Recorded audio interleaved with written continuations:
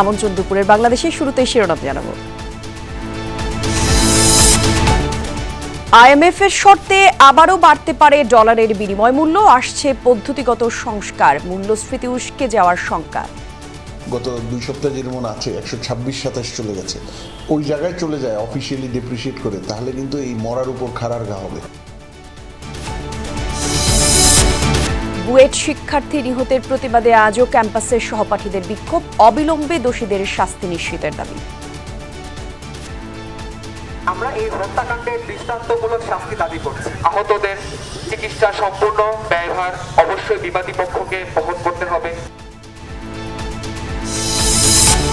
টঙ্গীতে truck সহ তুরাগ নদে ভেঙে পড়ল বেইলি ব্রিজ, ঢাকা ময়মনসিংহ মহাসড়কে যান চলাচল ব্যাহত, ঝুঁকি নিয়েই ঝালকাঠি বাসুন্ডা দিয়ে চলাচল। উপদেষ্টা হাসান আরিফের আরও 2 দফা জানাজা, কর্মস্থল সচিবালয় এবং হাইকোর্টের শেষ শ্রদ্ধা সোমবার, একমাত্র মেয়ে ফিরলেই শহীদ বুদ্ধিজীবী কবরস্থানে দাফন। শীতের সাথে পাল্লা দিয়ে উত্তরের জনপদে বাড়ছে ঠান্ডাজনিত রোগ, সেবা দিতে হাসপাতালে হিমশিম অবস্থা, রাজধানীতে জমে উঠেছে শীত বস্ত্রের বিকিকিনি। ঠান্ডার কারণে নিউমোনিয়া হয়েছে, শ্বাসকষ্ট, আর ওর পাশাপাশি আগে থেকে খিঁচুনি ছিল। এখানে ডাক্তার না থাকার কারণে প্রয়োজনীয় সেবা পাচ্ছে না মানুষ। গত বছর পাইকারি যে রেটটা ছিল তার থেকে মিনিমাম প্রতি পিচে 20 টাকা 30 টাকা করে বেশি এবছর। পয়ঃবর্জ্য ব্যবস্থাপনায় কুষ্টিয়া পৌরসভার অভিনব উদ্যোগ, নেদারল্যান্ডসের সহায়তায় তৈরি করছে উৎকৃষ্ট মানের জৈব সার, দ্রুত সময়ে সুবিধা ভোগ করছে নগরবাসী। অলরাউন্ডার হিসেবেই খেলার স্বপ্ন জিসান আলমের, 3 ফরম্যাটের জন্যই তৈরি করতে চান নিজেকে, বড় পর্যায়ে যেতে আরও পরিশ্রম করার পরামর্শ বাবার।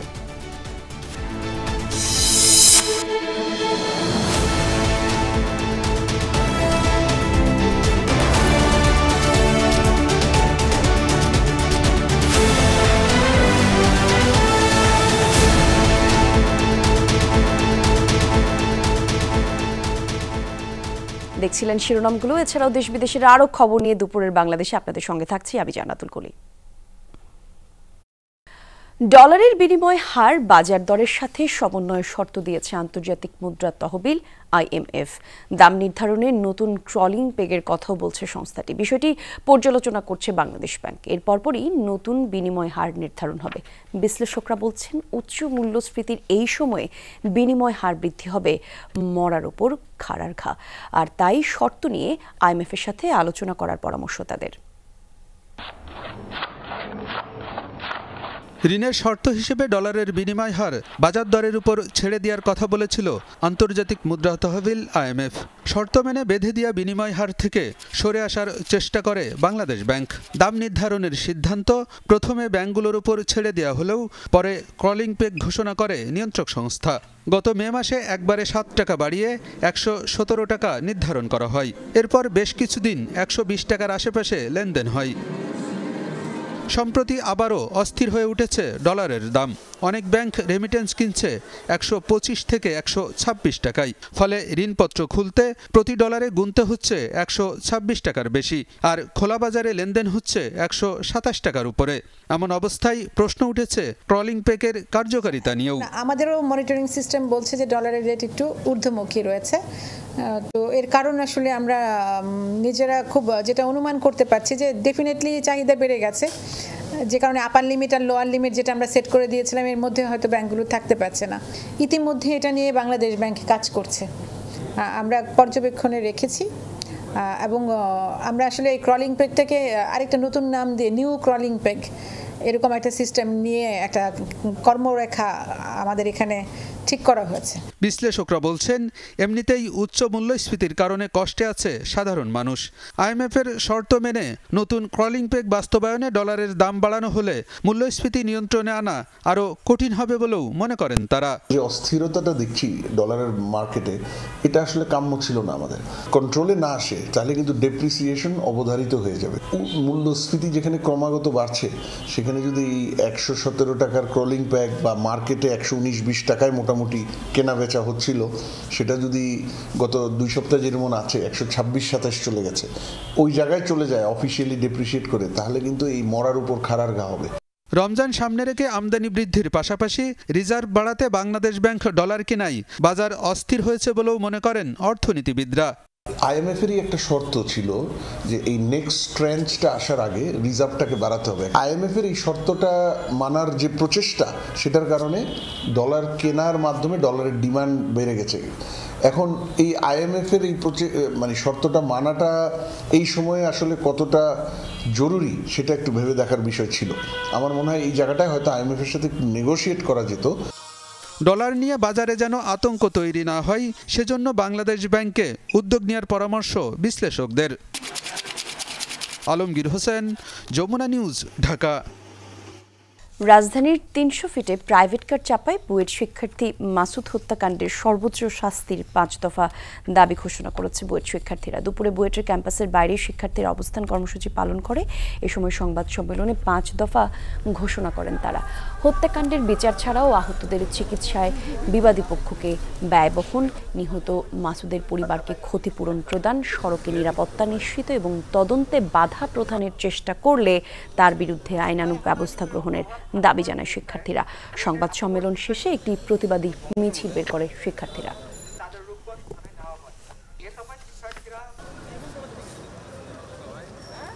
আমরা আশা করছি রবিবার শুনানির মাধ্যমে বিচার প্রক্রিয়া সুষ্ঠুভাবে চলতে থাকবে। আমরা এই হত্যাকাণ্ডের দৃষ্টান্তমূলক শাস্তি দাবি করছি। আহতদের চিকিৎসা সম্পূর্ণ ব্যয়ভার অবশ্যই বিবাদী পক্ষকে বহন করতে হবে। নিহত মাসুদের পরিবারকে যথোপযুক্ত ক্ষতি প্রদান করতে বিবাদী পক্ষকে বাধ্য করতে হবে। তদন্ত কার্যক্রমে বাধা প্রদানের চেষ্টা করলে তাদের বিরুদ্ধে অভিযোগ সাপেক্ষে আইনানুগ ব্যবস্থা নিতে হবে। সড়ক দুর্ঘটনার কারণে আর কোনো প্রাণ যেন না যায় এবং সড়কের নিরাপত্তা যেন নিশ্চিত হয়, সেই ব্যাপারে যথোপযুক্ত ভূমিকা রাখতে সরকারের কাছে দাবি জানাই। গাজীপুরের টঙ্গীতে ট্রাকসহ তুরাগ নদে ভেঙে পড়ল বেইলি ব্রিজ। আর এতে করে ব্যাহত ঢাকা ময়মনসিংহ মহাসড়কের যানবাহন চলাচল। হাইওয়ে পুলিশ জানায় ভোরে ঘটেছে এই দুর্ঘটনা, তবে কেউ হতাহত হয়নি। ওই রুটে ট্রাক চালকদের কামারপাড়া, মুন্নুগেট এবং প্রাইভেট কার চালকদের ফ্লাইওভার ব্যবহারের পরামর্শ দিয়েছে পুলিশ। আর এতে ভোগান্তিতে পড়েছেন সবাই। বিষয়টি সড়ক এবং জনপথ বিভাগকে জানানো হয়েছে। ধারণ ক্ষমতার তুলনায় অত্যাধিক ভারী ট্রাক উঠায় ভেঙে পড়েছে বেইলি ব্রিজটি। ট্রাকটি উদ্ধারে কাজ চলছে। এই ব্রিজটা মনে করেন নিচে কিছু নাই, এটা এমনিতে মানুষ গেলে এটা লাফালাফি করে, এটা তো মনে করেন ঠিক নাই। তো আমি বাসে করে যাইতে চাই না, কারণ আপনার ভয় করে যে ওইটা কাঁপে ব্রিজটা। আর এই ব্রিজটা তো বন্ধই ছিল, এই ব্রিজটা চালু করা উচিত হয়। এই ঘটনার আরো খোঁজখবর রাখছেন সহকর্মী আখলাকুস সাফা, তার কাছে যেতে চাই আরো একবার। সাফা, জানাবেন নতুন করে এই প্রসঙ্গে আর কি কি তথ্য আপনি পেলেন? কলি, আপনার সঙ্গে 1 ঘন্টা আগেও আমার কথা হয়েছে। 2 ঘন্টা ধরে আমি এই জায়গাটির মধ্যে আছি। আপনি দেখতে পাচ্ছেন সকাল 5টায় দুর্ঘটনাটি ঘটে বলা হচ্ছে, এবং এখন পর্যন্ত দেখতে পাচ্ছেন যে প্রায় 7 ঘন্টা পেরিয়ে যাচ্ছে, 8 ঘন্টার মতো হয়ে গেছে। এখনও পর্যন্ত ট্রাকটি এখান থেকে তোলার কিন্তু কোনো ব্যবস্থা করা হয়নি। এবং পাশের যে 2টি ব্রিজ আছে, আপনি দেখবেন আমার ডান দিকে যে ব্রিজটি, সেই ব্রিজটিও কিন্তু একই রকম ঝুঁকিপূর্ণ অবস্থার মধ্যে রয়েছে। এবং ব্রিজের সামনে আমরা দেখতে পাচ্ছি যে 10 টনের বেশি যানবাহন ক্যারি করা যাতে না করা হয় এমন একটি নির্দেশনা সেখানে দেওয়া আছে। কিন্তু তারপরও মানুষজন আসলে সেগুলো চোখেও পড়ে না, মানুষজন এগুলো লক্ষ্যও করেনি। এবং যে ট্রাকটি এই পথ দিয়ে যাচ্ছিল ভোর রাতে, সেই ট্রাকটি ছিল পাথরবাহী একটি ট্রাক। সেই হিসেবে বলাই যায় যে এটির যে ওজন ধারণ ক্ষমতা, সেই ধারণ ক্ষমতার চাইতে বেশি। তার মানে আবার এই নয় যে ব্রিজটি খুব মজবুতও ছিল। এর যে পরিস্থিতি, সেই পরিস্থিতি দেখেই বোঝা যাচ্ছে, এবং পাশের যে ব্রিজটি সেটির পরিস্থিতি দেখেও কিন্তু বোঝা যাচ্ছে যে এটি চরম ঝুঁকিপূর্ণ 2টি ব্রিজ। এবং বাঁ দিকের যে ব্রিজটি 31টি জেলায় চলাফেরার যে রাস্তা, সেই রাস্তা কিন্তু সেটি ছিল। সেটি কিন্তু মানুষজন তারা নিজেরাই সেই রাস্তাটি এখন বন্ধ করে দিয়েছেন। তারা বলছেন যে তারা এই পথ দিয়ে যখন হেঁটে যান তখন মানুষের পায়ের চাপেও পর্যন্ত ব্রিজগুলো কাঁপে, কম্পন অনুভব হয়, এবং সেই জন্য কিন্তু তারা 2 দিকের রাস্তাটা বন্ধ করে দিয়েছেন। আমরা কথা বলেছি যে এখন এই ট্রাকটিকে উঠানোর পরিস্থিতি কি হবে, সেটি বিআইডব্লিউটির উপর চাপিয়ে দিচ্ছে পুলিশ। সড়ক ও জনপদের কাউকেই পাওয়া যাচ্ছে না। যেহেতু আজকে শনিবার, সেহেতু তারা কেউ ফোনও ধরছেন না। আমাদের এখানকার যিনি স্থানীয় প্রতিনিধি, তিনিও যোগাযোগ করেছেন, আমিও যোগাযোগ করেছি, কারোর সাথে কিন্তু কথা বলছেন না। পুলিশ বলছেন যে যেহেতু এটি নদীতে পড়েছে, সেই হিসেবে ট্রাকটি এখান থেকে সরানোর দায়িত্ব বিআইডব্লিউটি এর, কিন্তু বিআইডব্লিউটিও এই দায় নিতে চাচ্ছে না। ব্রিজটি এই অবস্থায় পড়ে থাকবে কিনা, কি হবে না হবে, এর কিন্তু কোনো দায়িত্বই কেউ নিচ্ছেন না।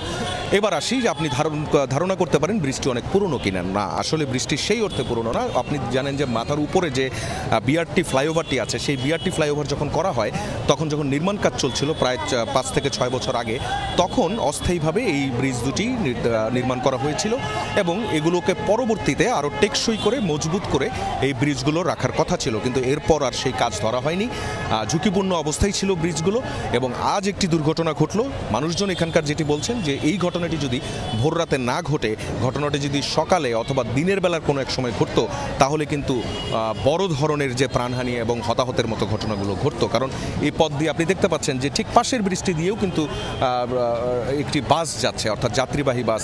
31টি জেলার যে বাস চলাচল করে সেই বাসগুলোও কিন্তু এই পথ দিয়ে চলাচল করে এবং এমন কোনো যানবাহন নেই যেই যানবাহন এই পথে চলাচল করে না। সেই হিসেবে বলাই যায় যে ঝুঁকিপূর্ণ অবস্থায় একটি তো পড়েছেই এবং পাশের যে দুটি ব্রিজ, সেই দুটি ব্রিজও এখনও ঝুঁকির মধ্যেই রয়ে গেছে। দায়িত্বশীল কেউ এখনও পর্যন্ত আসেননি। পাশের দুটি ব্রিজ নিয়ে কি পরিকল্পনা করা হবে তাও এখনও জানা যায়নি। কলি, অনেক ধন্যবাদ আপনাকে সাফা। বছরের পর বছর জোড়াতালি দিয়ে চলছে ঝালকাঠির বাসন্ডা বেইলি ব্রিজ। বরিশাল খুলনা মহাসড়কে ঝুঁকিপূর্ণ সেতুটি দিয়ে প্রতিদিন হাজারো যানবাহনের চলাচল, যে কোনো সময় দুর্ঘটনার শঙ্কা যাত্রী এবং চালকদের। স্থানীয়রা বলছেন সড়ক বিভাগ বেইলি ব্রিজটি ঝুঁকিপূর্ণ ঘোষণা দিয়েই দায় সেরেছে।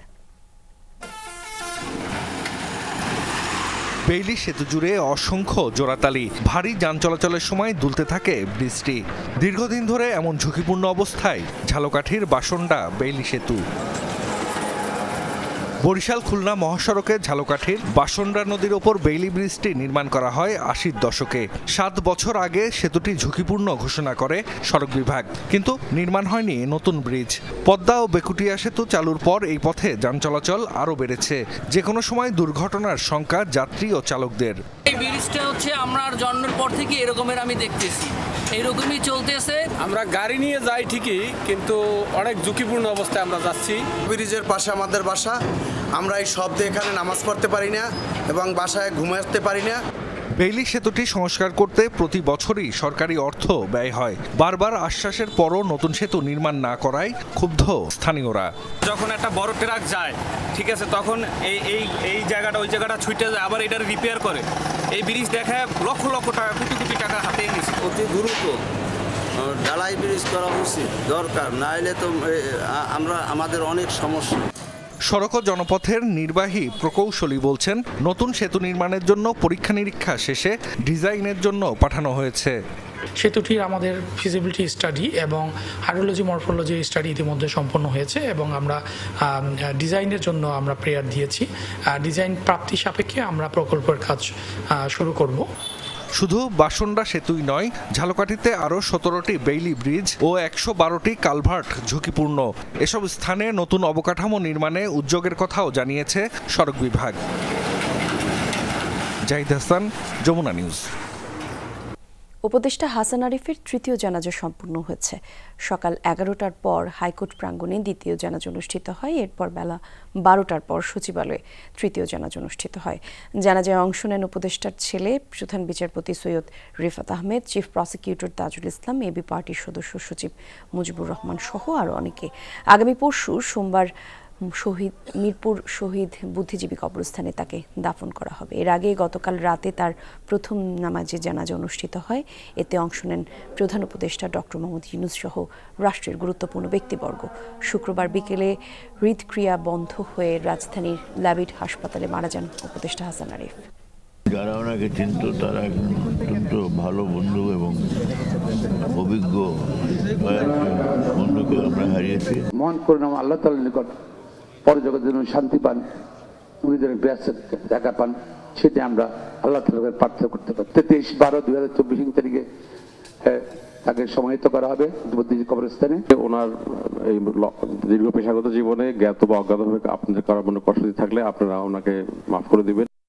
সাভার ও আশুলিয়ায় পৃথক স্থানে এক রাতেই চলন্ত 3টি গাড়িতে ডাকাতি হয়েছে। হামলায় আহত বেশ কয়েকজন। পুলিশ জানায় শুক্রবার রাতে ঢাকা রিচা মহাসড়কের রেডিও কলোনি এলাকায় ওয়েলকাম পরিবহনের যাত্রী বেশে উঠে একদল ডাকাত। যাত্রীদের কুপিয়ে টাকা, মোবাইল, স্বর্ণসহ সর্বস্ব লুটে নেয় তারা। এরপর জাহাঙ্গীরনগর বিশ্ববিদ্যালয়ের সামনে নেমে যায়। আশুলিয়া বঙ্গবন্ধু রোডে একটি বরযাত্রীবাহী মিনিবাসেও হয়েছে ডাকাতি। ময়মনসিংহ থেকে সদরপুর আসার পথে রাস্তায় গাছ ফেলে ডাকাত করে একদল অস্ত্রধারীরা। আর মারধরের পর সর্বস্ব লুটে নেয় তারা। এছাড়া আশুলিয়ার কাঠগড়া টুঙ্গাবাড়ি আঞ্চলিক সড়কের দুর্গাপুরে একই কায়দায় চলন্ত প্রাইভেট কারে হয়েছে ডাকাতি।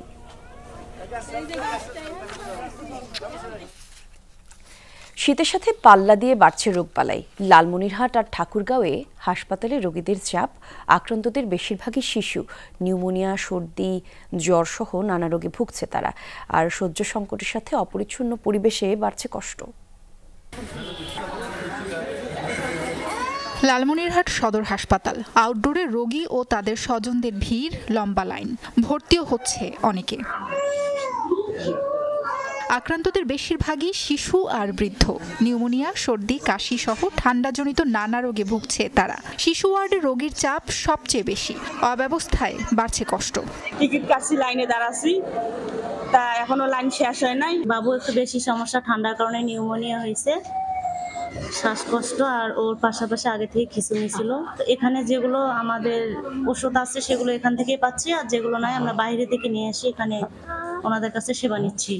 চিকিৎসকরা বলছেন শীতের সাথে পাল্লা দিয়ে বাড়ছে রোগবালাই। পার্শ্ববর্তী কুড়িগ্রাম থেকেও আসছে অনেক রোগী।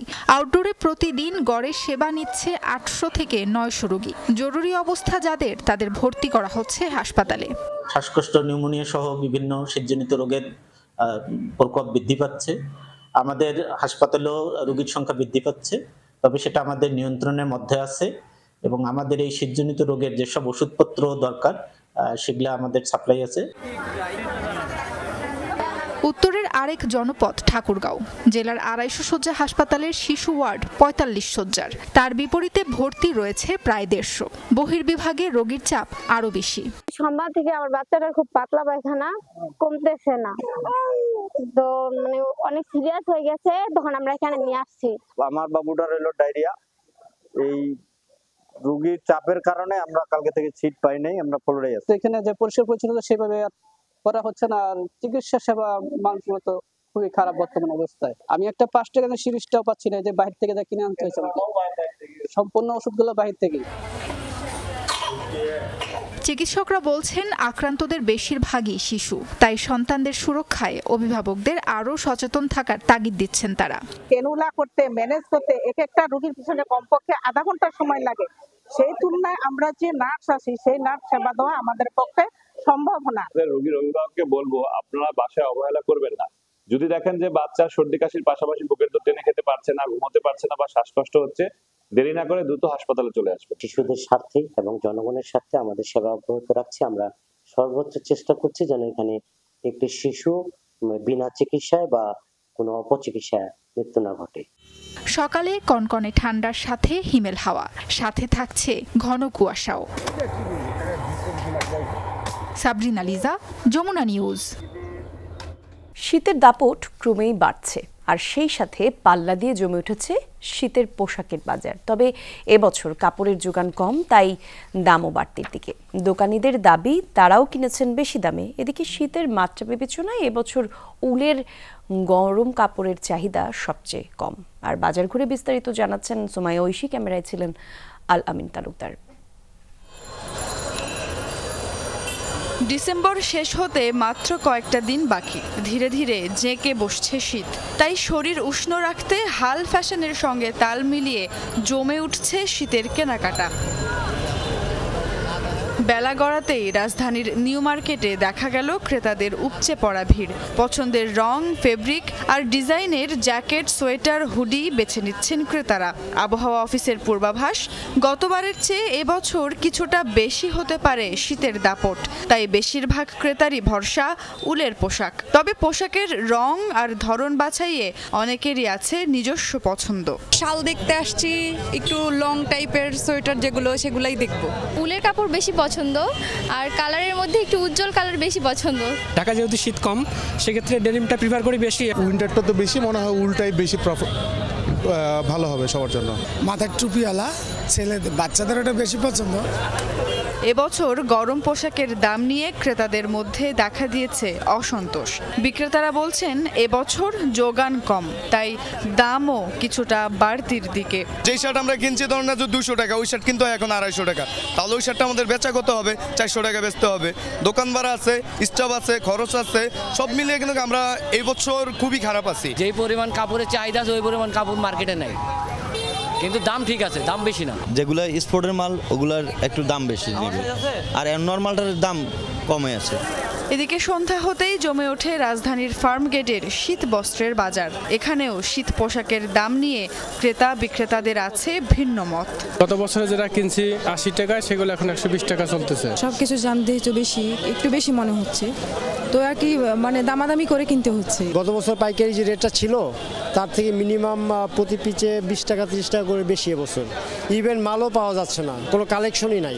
রেট বেশিতে আনতে হয়, রেট বেশিতে আমাদের বিক্রি করতে হয়, কিন্তু কাস্টমার আমাদেরকে বলে যে দাম বেশি কেন, কিছু করার নেই। বাংলাদেশে শীত আসে অনেকটা উৎসবের আমেজ নিয়ে।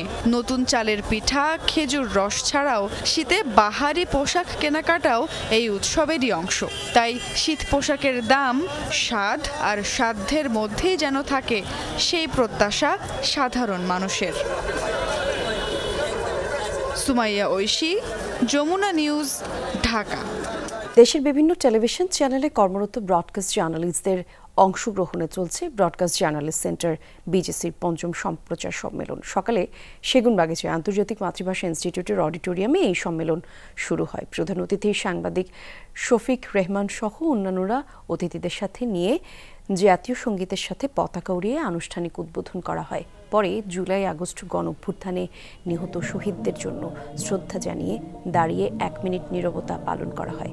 এরপর শুরু হয় আলোচনা পর্ব। সম্মেলনে সাংবাদিক শফিক রেহমান বলেন, গণমাধ্যম সংস্কার কমিশনকে খুঁজতে হবে কোন উদ্দেশ্য নিয়ে পত্রিকা টেলিভিশন বাজারে আসছে। আর গণমাধ্যম সংস্কার কমিশনের প্রধান কামাল আহমেদ জানান, সাংবাদিকদের মধ্যে ঐক্য নাই, সাংবাদিকরা নিজেদের স্বার্থ হাসিলের জন্য কাজ করে।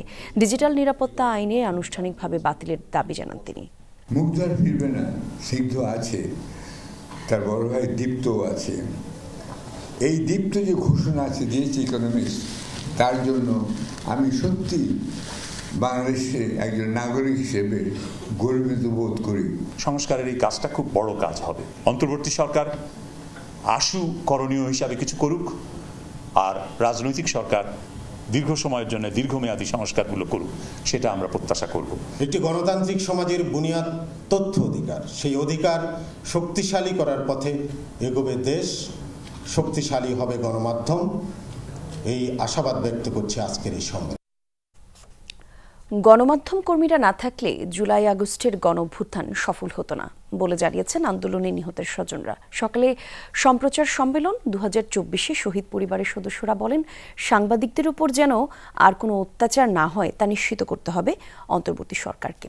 এছাড়া খুনিদের দ্রুত বিচার কার্যক্রম শেষ করার দাবিও জানান নিহতের স্বজনরা।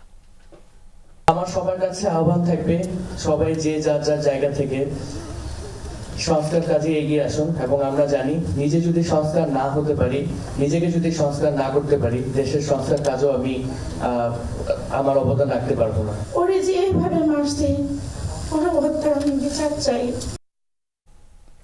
সাদামাছি নামে এক ধরনের পোকার উৎপাতে 3 বছর ধরে ডাবের ফলন আসছে না নারকেল জিঞ্জিরা খ্যাত সেন্ট মার্টিনের 8,000 নারকেল গাছে। আর এতে করে কপালে ভাঁজ পড়েছে স্থানীয় কৃষকদের।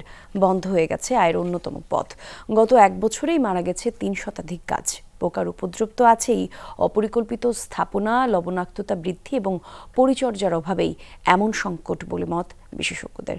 সেন্ট মার্টিন থেকে ফিরে আরিফুর রহমান সবুজের রিপোর্ট, ছবি তুলেছেন জিহাদ ইসলাম। একদিকে দিগন্ত বিস্তৃত নীল জলরাশি, তার পাড় ধরে সারি সারি নারকেল গাছ। মাত্র 1997 একরের দ্বীপটির চারপাশে ঘিরে রাখা সারি সারি নারিকেল গাছ নিয়ে পর্যটকদের আগ্রহও কম নয়, কারণ এখানকার ডাব আকারে বেশ বড়, পানিও অত্যন্ত মিষ্টি। তাই তো ছোট্ট এই দ্বীপটির আরেক নাম নারিকেল জিঞ্জিরা।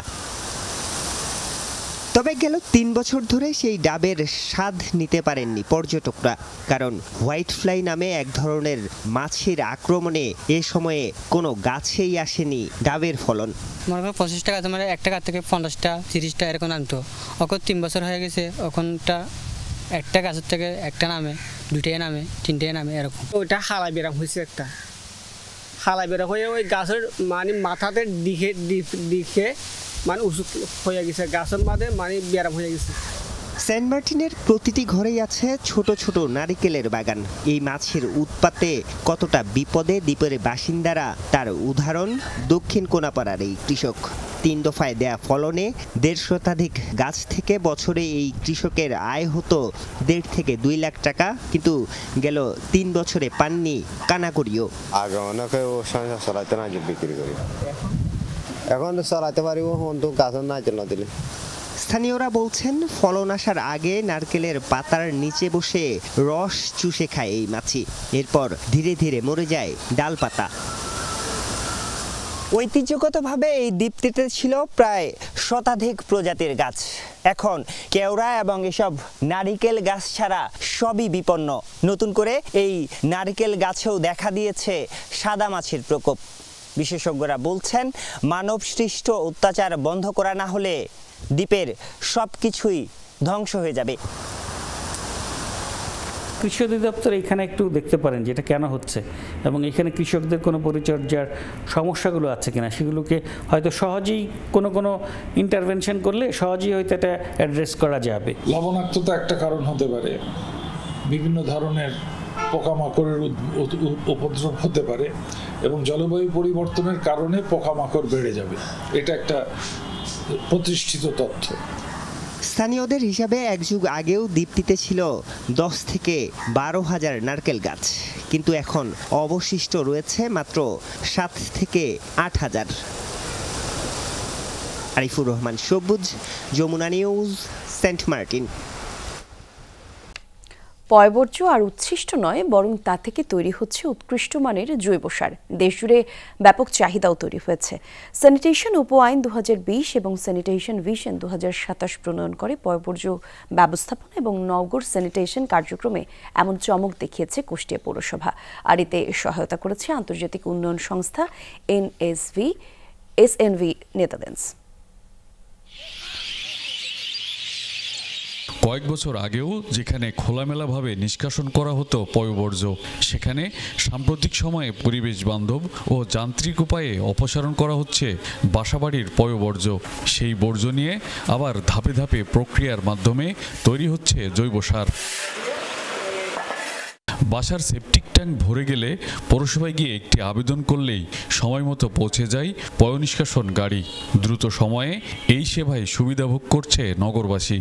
এটা সুবিধা, এই যে সেপটিক ট্যাঙ্ক ভরে গেলে পারে বাথরুমে যাওয়া অনেক অসুবিধা হয়, ওইটা ওরা এসে পরিষ্কার করে নিয়ে গেলে পারে পরিষ্কার হয়ে যায়। আমাদের পৌরসভার ভিতরে তো আগে এরকম সুবিধা ছিল না। আগে একটা প্রচলিত পদ্ধতি ছিল সুইপারের মাধ্যমে এই মলগুলো পরিষ্কার করা হতো। যেখানে যেখানে আবেদন থাকে সেখানে যাই আমরা এই কাজগুলো করি। গাড়িগুলোতে মলগুলো মেশিনের মাধ্যমে ট্যাঙ্কির থেকে তুলে সেগুলো গাড়িতে লোড দিয়ে আমাদের এই ভাগাড়ে নিয়ে আসা হয়।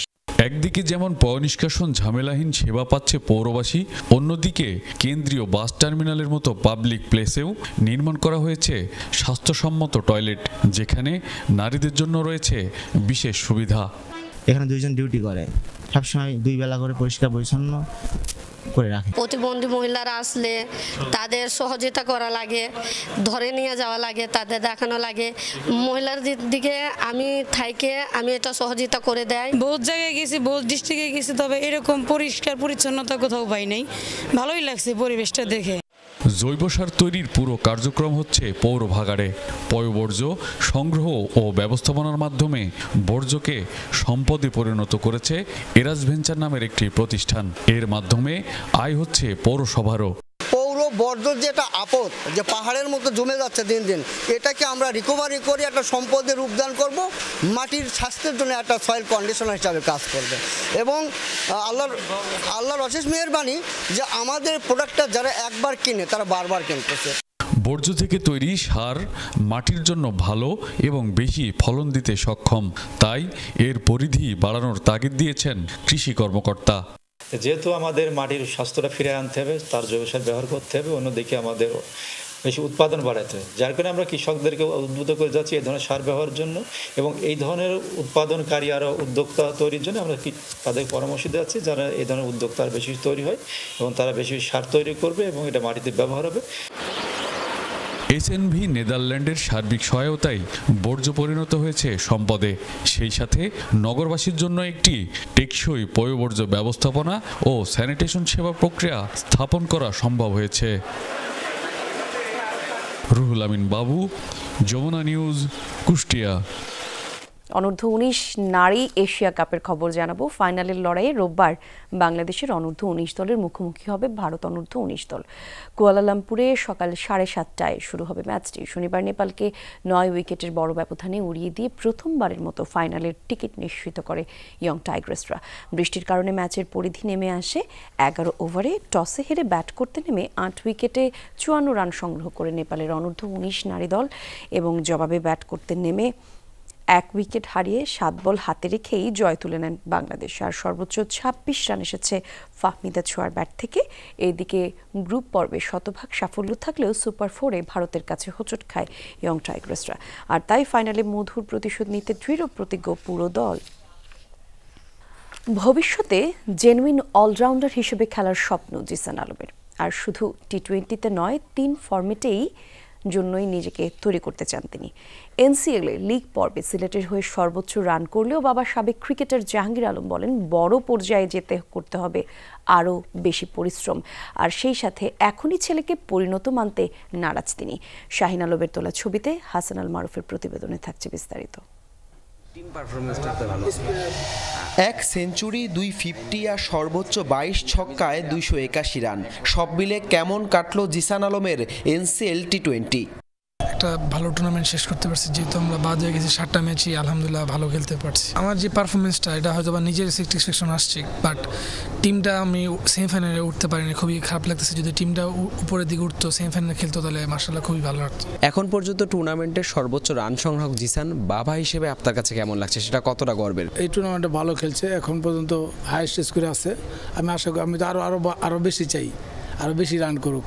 বাবার কাছ থেকে ম্যাচের আগে পরামর্শ নিয়েছেন কিনা? বাবা প্রতিনিয়ত খারাপ খেলে ভালো খেলে সবসময় পরামর্শ দিয়ে থাকে। খারাপ হলে বলে যে এই শটটা ভালো করা উচিত ছিল, রান করার জন্য তোমার ক্ষুধা থাকতে হবে বেশি। কোচ ছিল রাজিন স্যার, বাবা দেখছে, তখন দুজনেই বলতো যে এটা এইভাবে না এইভাবে খেলা উচিত ছিল। দুজনের থিওরি সেমই ছিল। চিটাগাংয়ের সাথে যে ম্যাচটা প্রথম বলে সুইপ খেলছিল, ওইটা নিয়ে আমি ওর সাথে করছিলাম যে প্রথম বলে তোমার সুইপ মারা ঠিকও নাই, একটু লেটে মারলে ঠিক ছিল। সেন্সিলে অভিজ্ঞদের সাথে খেলেছেন, তরুণরা অনেকে ছিল, সব মিলিয়ে আপনার এবারের প্রথম আসরটা নিয়ে এক্সপিরিয়েন্সটা কেমন? না অবশ্যই দেখুন, বিপিএল আমাদের একটা ফ্রাঞ্চাইজি ক্রিকেট হয়, এছাড়া ডোমেস্টিক কোনো টি-20 টুর্নামেন্ট হয় না। তো এবছর যেই টুর্নামেন্টটা বোর্ড মানে বিসিবি এটা চালু করছে খুবই ভালো। আমাদের ইয়াং যারা আছে, ডোমেস্টিক যারা লোকাল প্লেয়ার, প্রত্যেক বছর যদি থাকে, আশা করি আমাদের দেশ থেকে অনেক ভালো ভালো প্লেয়ার আসবে। আপনি তো ভি জোনে বেশ ভালো খেলেন, এটাই কি আপনার স্ট্রং জোন কিনা? যখন পাওয়ার প্লে থাকে তখন চিন্তা করি ওভার দ্য টপটা আমি মাশাআল্লাহ, মানে আমার মনে হয় আমি ভালো খেলি, যতটুকু জানি না, কিন্তু আমি ওইটার মধ্যে থাকতে চাই যে শর্ট বলটা আসলে আমি ভালো খেলি। আপনার যেহেতু আইডল রোহিত শর্মাকেও ক্যারিয়ারের শুরুর দিকে দেখতাম যে মোটামুটি বেশ ভালো বোলিং করতো, উইকেটও পেতেন।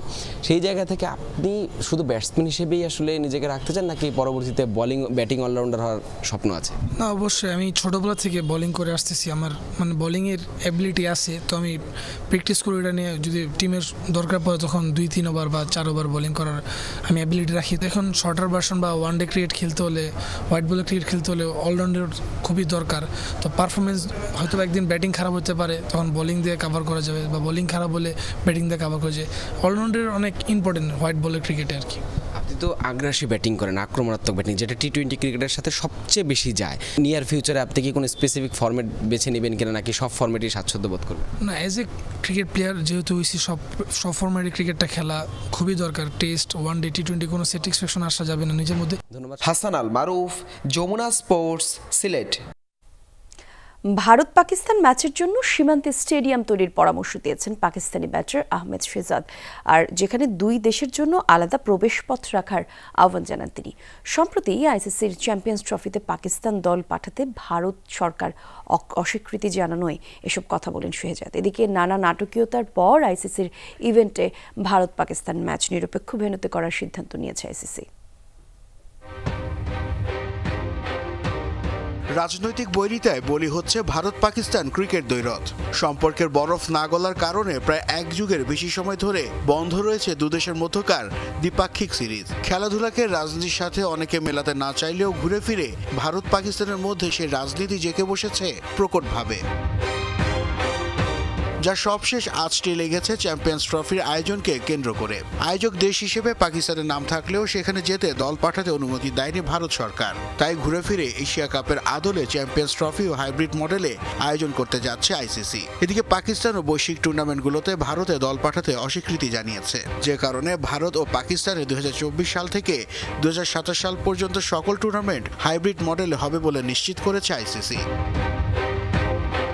দুই দেশের দ্বিমুখী এই অবস্থান নিয়ে বইছে সমালোচনার ঝড়। সবশেষ সেই মিছিলে যুক্ত হয়েছে পাকিস্তানি ব্যাটার আহমেদ শেহজাদের নাম। সমস্যা সমাধানের একটি পথও খুঁজে পেয়েছেন তিনি। সীমান্তে একটি স্টেডিয়াম তৈরি করুন, যেখানে একটি গেট ভারতের দিক থেকে খুলবে, সেই গেট দিয়েই ভারতের ক্রিকেটাররা মাঠে প্রবেশ করবে, আর বিপরীত দিকে পাকিস্তানের ক্রিকেটারদের জন্য থাকবে আরও একটি গেট। এর মাধ্যমে কিছুটা হলেও সমস্যার সমাধান সম্ভব। ভারতের ভিসা জটিলতা নিয়ে দেশটির সরকার ও বিসিসিআইকে কটাক্ষ করেন শেহজাদ। আমার মনে হয় স্টেডিয়াম সংক্রান্ত সমাধানের পরও বিসিসিআই ও ভারত সরকার ঝামেলা করবে। তারা হয়তো বলবে পাকিস্তানের ক্রিকেটাররা যখন ভারতের অংশে আসবে আমরা তাদের ভিসা দেব না। 2008 সালে মুম্বাই হামলার পর থেকেই বন্ধ রয়েছে ভারত পাকিস্তান দ্বিপাক্ষিক সিরিজ। এই দুই দেশের ক্রিকেট দ্বৈরথ বৈশ্বিক টুর্নামেন্ট নির্ভর হলেও এখন সেখানেও জমছে শঙ্কার মেঘ। নাসিফ শুভ, যমুনা স্পোর্টস। আর এই ছিল দুপুরের বাংলাদেশের প্রথম ঘন্টার খবর। পরের ঘন্টার খবর ঠিক দুপুর 2টায় দেখার আমন্ত্রণ রইল। ধন্যবাদ সবাইকে।